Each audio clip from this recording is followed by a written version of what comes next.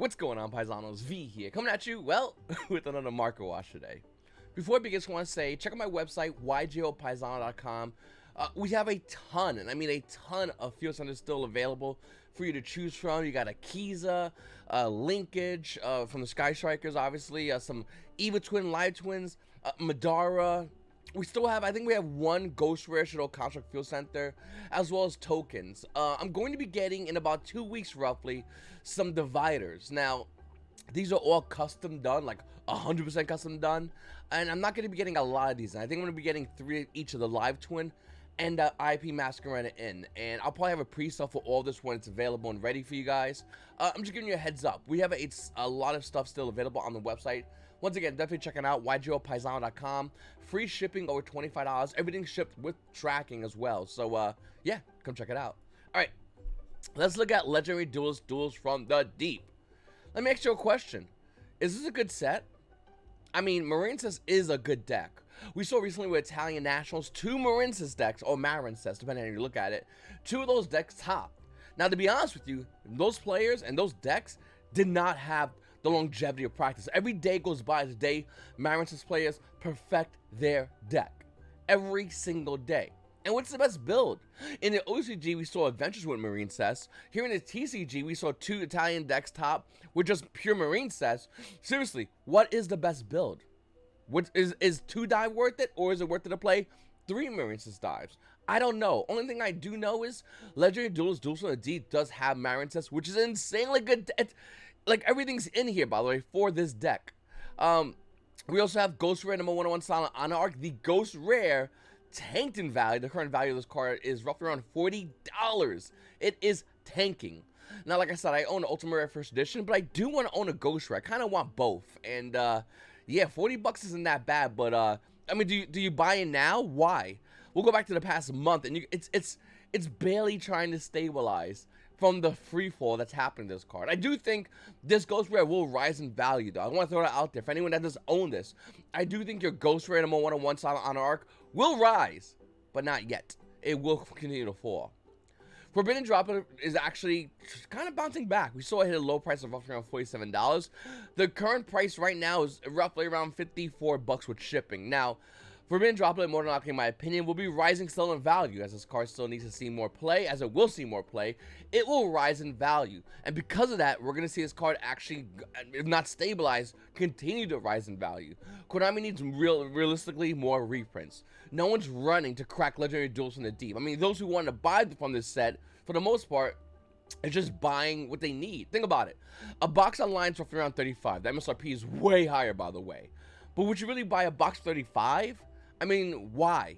You can buy your Honor Arc for $5 more if you really want that card. If you want to buy Marincess for roughly around $40, give or take, you can have the entire deck core. So is it worth it really buying a box? It's not. If you want to play the lottery and get your Forbidden Droplet, fine, fair enough.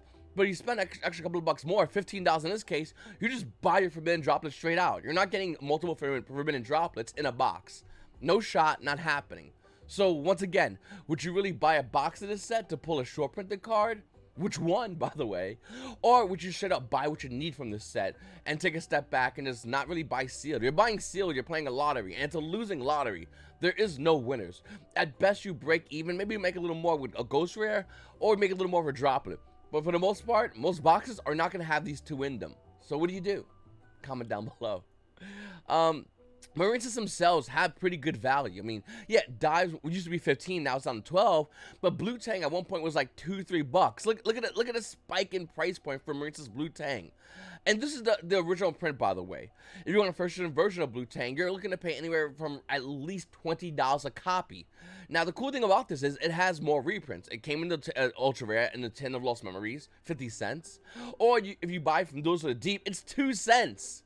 So once again, really cheap, really good deck core, and something I might start playing soon. I actually ordered my Marincess dive, so I might actually start playing this deck out and trying it out. If anyone try it out, let me know what you think about it, honestly. Then we have Dimension Force. I love this set. The prices are almost predictable, but the movements in this set, as far as the prices, are really realistically not. Alba Lenitis was a card when it first came out, had a pre-sale price of, well, you see it here, $250. Then it started going down more and more and more. This Starlight Rare is $80. And that's a stabilization point of this card's price. Exorcism Magnifica, that's different. It actually went down, as you can see over here, up to 150, and started going back up. The current price point is at least $275 for Exorcism Magnifica. Why is it going up in value? Well, once again, if you look at the OCG, it tells you clear as day why they're good. Exorcists are really, really, really, really good at beating the ever-loving piss out of Splites. If you hate Splites, if you hate the best deck in the house, you're going to want to play Exorcists, as that is the best deck to beat the crap out of Splites. Like, they just hose Splites so badly. On a little side note, I will be getting Exorcism Field Centers, Magnifica as well. I should be getting in the next shipment, once again, roughly around 2 weeks. I should have pre-sale available next week. As far as the Theron King Regulus, this card was all over the place. I mean, all over the place. Its pre-sale price had this card roughly around $40. It jumped as high as $82, and now the card price as of filming of this video is $60 for Theron King Regulus. Why is it going all over the place? Well, Theron King Regulus is a really good card in a meta in which, well, there's just better decks out there. And I'm not saying Regulus is bad, by no means. It's really good and a great utility. But what I am saying is the value, well, it's too high enough for the players to actually go in and buy this. Dimension Force is still a great set to pull from, as YGO players are still cracking packs, but I mean, the only reason they're cracking packs is because everything is decently valued, not even overvalued, and that's why people are really going into this set. Yeah, so you pull a Theron King Regulus, you made your money on what a box is, but everything else, besides Starlight Rares, you didn't. So if you pulled a Psychic and Punisher, hey, listen, it's a good card, you might need it, but is it a card that is worth a box of Dimension Force? No. But if you win packs to your locals, you're going to say Dimension Force because it's a good box. I mean, you're definitely not going to say Legendary Duels from the deep. You're going to say Dimension Force. That just makes more sense. Theron Lilia Boris 335 is on a 16. It still sees play, but nowhere near as much as Regulus, and that's more than likely why Regulus has this crazy high price point. Beyond the Pendulum used to be 9, and it's just barely holding that price point down. And Alba Lenitis, man, talk about fall from grace. This card, which pre-sold roughly around $60, is down to barely holding on to 8 to 9s with shipping. This card is just low. Why? Well, because Destiny players might not need it. Some aren't even playing it, myself included, by the way. But some are, and that's why it's kind of holding a price point. But to be honest with you, it's a good card, just not in a good format that it's needed in. I do think it's a great card, though. Exorcism Magnifica, the Ultra Rare, is still a good card to pull. In fact, I would argue Dimension Force Ultra Rares are really good still. Like Exorcism Magnifica, Noah Punk Deer Note. Illegal Knight's a great side deck card. Obviously, with Dinomorpheus, you're going to want to pull these because you have Frenzy and Rextrum. Like, there's great cards in this set still. The question is it worth buying a box? No. Is it worth claiming your packs in for? That's where the answer is yes. Fundraisers is another great deck core. A lot of Yu-Gi-Oh players are kind of forgetting about how Fundraisers are still like really good throughout all this. Like, seriously, as much as we disrespect Fundraisers and make fun of Fundraisers, and I get it, they should be disrespected, they should be made fun of, they literally hide behind barrier statue and kill you next turn. I get it if anyone says that, that is the truth.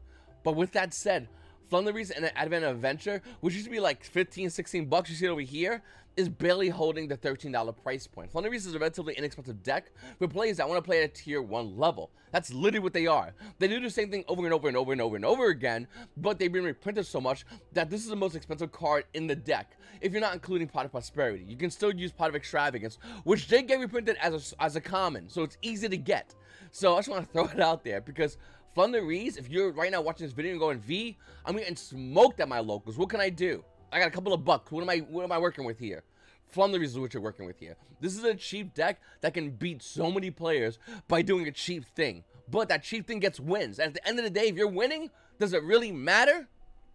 I don't know. Some of you players are like, I want to have honor. All right, samurai, go back to the Shogun age and go duel for your maiden's honor. Like, we're talking about like realistically things happening today.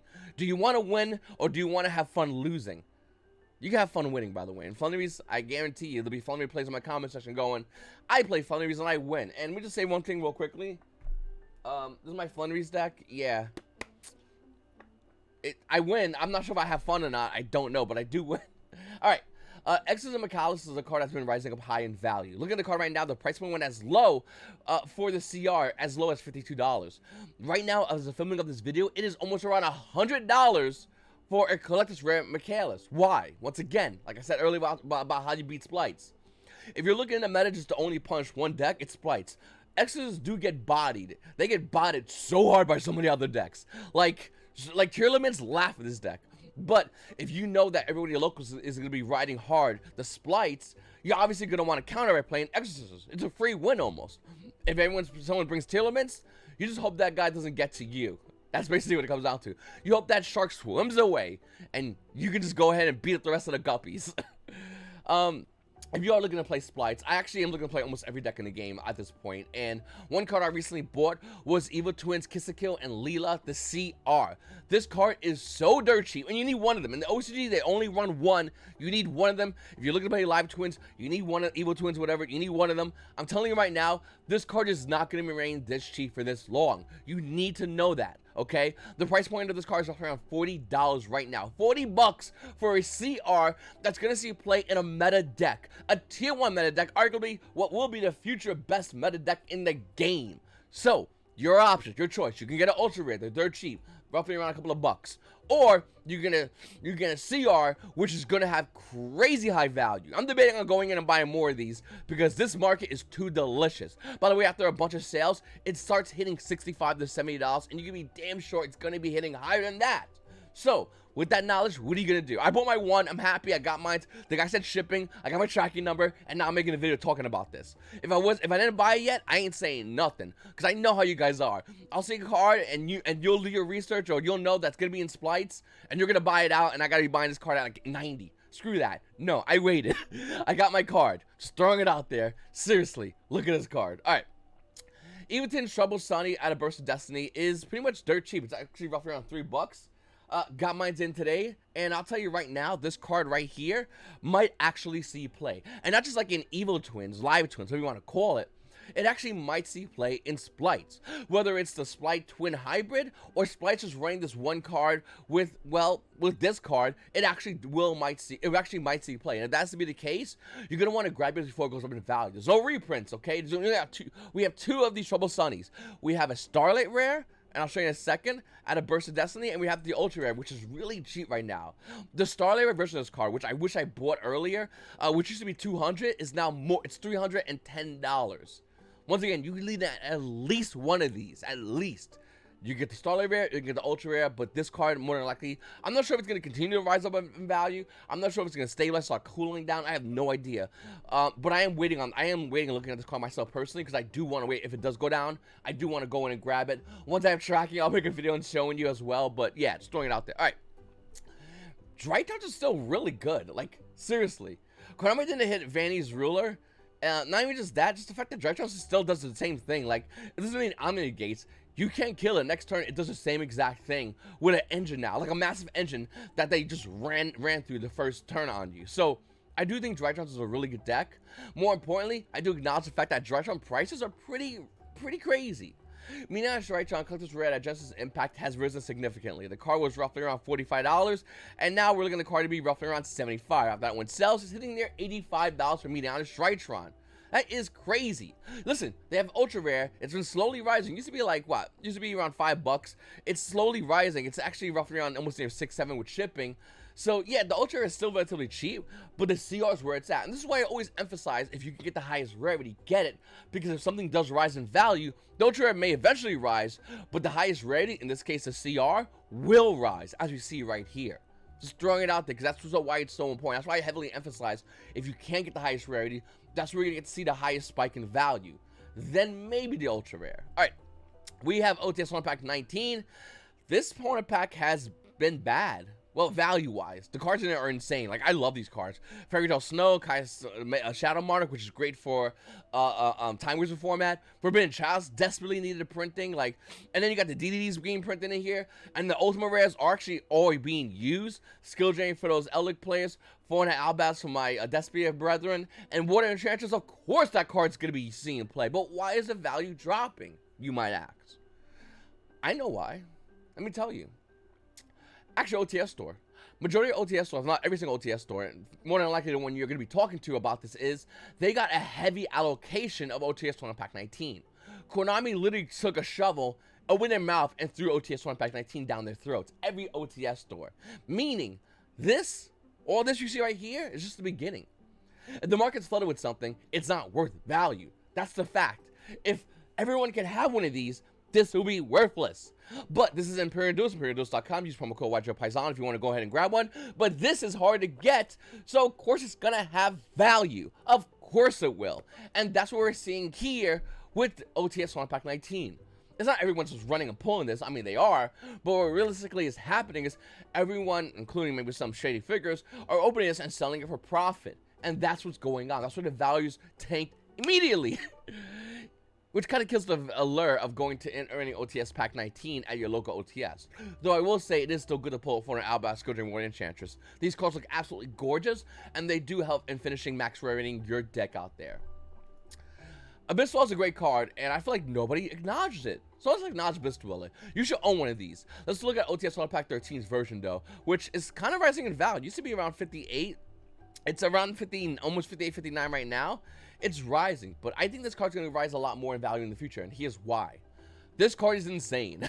Really good against a lot of decks in the future, especially decks like Splites, a little bit against tier limits. The card's just really good in general, and if you want to have an anti-way to stop your opponent, this might be one of the cards. Obviously, if you're playing Exorcists, don't ignore everything I just said. You have a monster that's way better, but if you do want to stop, well, the current meta in the future, this is going to be your boy, Abyss Dweller, coming at you with stopping your opponent's graveyards. This card's really good. I think a lot of Yu-Gi-Oh players might start looking to get this card, and the price point will more than likely be reflecting that in the future. And I do expect this card's price point to rise because of that. So I haven't talked about Cyber Dragon Infinity in a long time, and I don't know why. Cyber Dragon Infinity Virtual Print at Big Shao, secret rare, by the way. If you want to get a first edition version, yeah, it starts roughly around $17. Why am I talking about this card? Well, we all know how hero players are insane. We know this already. This is fact, common knowledge. Everyone knows it, okay? Babies are literally being born today with the knowledge of hero players. Yeah, they're insane. They're just crazy. Their market is not like normal. They're not regular people like we are, okay? It's a virus. All right, with that said, Cyber Dragon players are starting to get to the point of hero players. And that's true. We're seeing Konami like roll more stuff off Cyber Dragons. We're seeing hero players, almost their own community, form and grow and get bigger and bigger and bigger. I'm not sure if they'll ever come to even eclipse hero players. I'm not saying that. But what I am saying is that Cyber Dragon community gets bigger, they're going to want to start hoarding cards, well, that are Cyber Dragons. The number one card I would assume would be Ultimate Rare Cyber Dragon, which has two printings, well, two versions. But besides that, cards like Cyber Dragon Infinity. Now, Cyber Dragon Infinity has a Original Print Secret Rare. It also has a Megaton Secret Rare, which is like $4, dirt cheap. And after that, it has crap versions. Though the ultimate art in this one looks kind of insane. Look at that. It's kind of nice. Good job. Okay. Going back to it though, these are the two versions you want to be focusing on. I always say Original Print First Edition because that will hold the most value. Though I do say that Cyber Dragon Infinity is really $4, no shot, right? No, it's like $7. Okay, whatever. The $7 version is still a good version to buy as well. Basically, what I'm trying to point at and explain to you is that Cyber Dragon Infinity might be a good card to hold on to. As Cyber Dragon players, if they are like hero players, they go insane and clean the market out of a card. And this is a card to definitely do it for as well. Rainbow Dragon Ghost Rare. I wish I could travel back in time. I wish I could grab those. So a long time ago, let me explain the story. A long time ago, I bought a Crystal Beast, including Ghost Rare, First Edition, Rainbow Dragon. A place under everything, max rarity, and I was laughed at because they were looking at me like, "Why are you buying this, you idiot?" Okay, fast forward today. I own everything still, like everything. First Edition, Rainbow Dragon, Ghost Rare, First Edition, all that Crystal Beast, everything First Edition. I was laughed at. Rainbow Dragon tanked in value at the time, and Yu-Gi-Oh prices at times tank, but they don't stay down for long. Looking at Rainbow Dragon First Edition right now, besides, what's this? Okay, this version right here is roughly around $400. After that, it's $440 for this card. There's a version over here for $320, and then it's the lowest $320, we'll say. Let's $320. We'll lowball 300. Okay, the guy will give you a discount if you kiss them. Listen, what I'm trying to point at is Yu-Gi-Oh cards go low in value. And cards like Rainbow Dragon, archetypes like Crystal Beast, which don't see play, which at one point in this game was a laughing stock, a punching bag. These cards, well, they don't stay down forever. And this is why it's important to look at the market. It's important to acknowledge that maybe just because not everybody's swearing up and down by this, doesn't mean it's bad today. Or bad to buy today, I should really say. I was laughed at. I keep pointing at that because they were bro, I'm sitting there, young YGOPaisano, okay, shredded to the T, okay, 6-pack abs, tan out of my mind, and these kids are laughing at me, okay, because I'm buying max rated Crystal Beast. Because I wasn't buying debris plants or whatever the deck at the time was. What? Look how times change. This is what I'm saying. This is why it's important to look at the market. It doesn't stay like this price forever. The best card might not be the best card, and the worst card, the card that you would get laughed at, might be the next best card everybody wants, and they know you have it. I still think the best deck in house right now today is Despias. I think the deck to beat is Despias, and I think a lot of Yu-Gi-Oh players acknowledge that. I think Despias are, well, one, they need more reprintings. Cards like, well, a lot of these cards you can see over here, like Quateris, Alubra. I would love to see another Alubra reprinting. It really does need a reprinting. Branded, actually, the branded part of Despias, I mean, we could point at that and talk to branded opening. That needs a reprinting. I mean, desperately, it only has one printing of it, but Despias are easily the best deck in the game right now. And I do think as splites do come into the game, Despias will still be the best, if not one of the best decks in the game still. Look at the OCG, even though it's like heavily splites, you still see branded there. Why? Because branded players are still playing this deck because it's still a crazy deck. Branded Future is a broken card. And the OCG has branded neutered, and they're still clapping cheeks in the OCG. So I do think branded is a great buy for competitive Yu-Gi-Oh players. And I do think Yu-Gi-Oh players that do play branded might want to consider checking over to Smart TCG for a Mirage Metal Smart Enabled NFC Field Center. I know I have my own field centers, but this is a great field center if you guys don't have one already. I actually have one on me. I don't know where I put mine. It's around here somewhere. I have too many decks, okay? I have too many decks. It's around here somewhere. I'm whatever. I have too many decks. Listen, this is a beautiful looking field center. I'm gonna be showing this off in the future as well, in the future deck profile. I think this is absolutely gorgeous field center. Once again, these are Smart NFC enabled. It's a field center that you can move your phone to. You do right there, boom, bada bing, bada boom, and it loads up things. You could program it. Actually, there's a way to do it on this on here, Smart TCG, and actually show on this channel how to program your phone. If you want to save money, use my promo code down below, and you will save money if you was to buy the Smart NFC enabled field center. This thing is absolutely gorgeous. It's like almost a glass mirror of Mirage. Absolutely gorgeous, 100%, and I like it. I like it a lot. I actually have one of these around here somewhere. I will be showing this in a future video. Don't worry about that. But yeah, this is really cool. And once again, if you want one of these, definitely go to smarttcg.com. Great website, great people. They work hard for just the absolute high-end stuff like you see over here. If you want to check some other high-end stuff, if you have an archetype specifically that you maybe want to have a field center for, go ahead and check out mine over here on YGOPaisano.com. These are, I don't want to say they're collector's rare specifically, but they feel like a collector's rare. If anyone owns one, comment down below and let everyone know. It feels really nice. And we have a lot of great ones. IB Masquerena, Traptrix Officilia, Live Twins. I mean, there are tons still available on the site. We have exclusive ones like the Black Editions, like Shadow Fusion, Dominican Ecclesia, Dark Law for Insane Hero players, Moye. We also have Cheese Out. Like, we have a lot of cool stuff on this website. I think you guys really like it. Once again, check it out, YGOPaisano.com. Links in the description. Check it out. It's your boy V, and you guys also have a great day.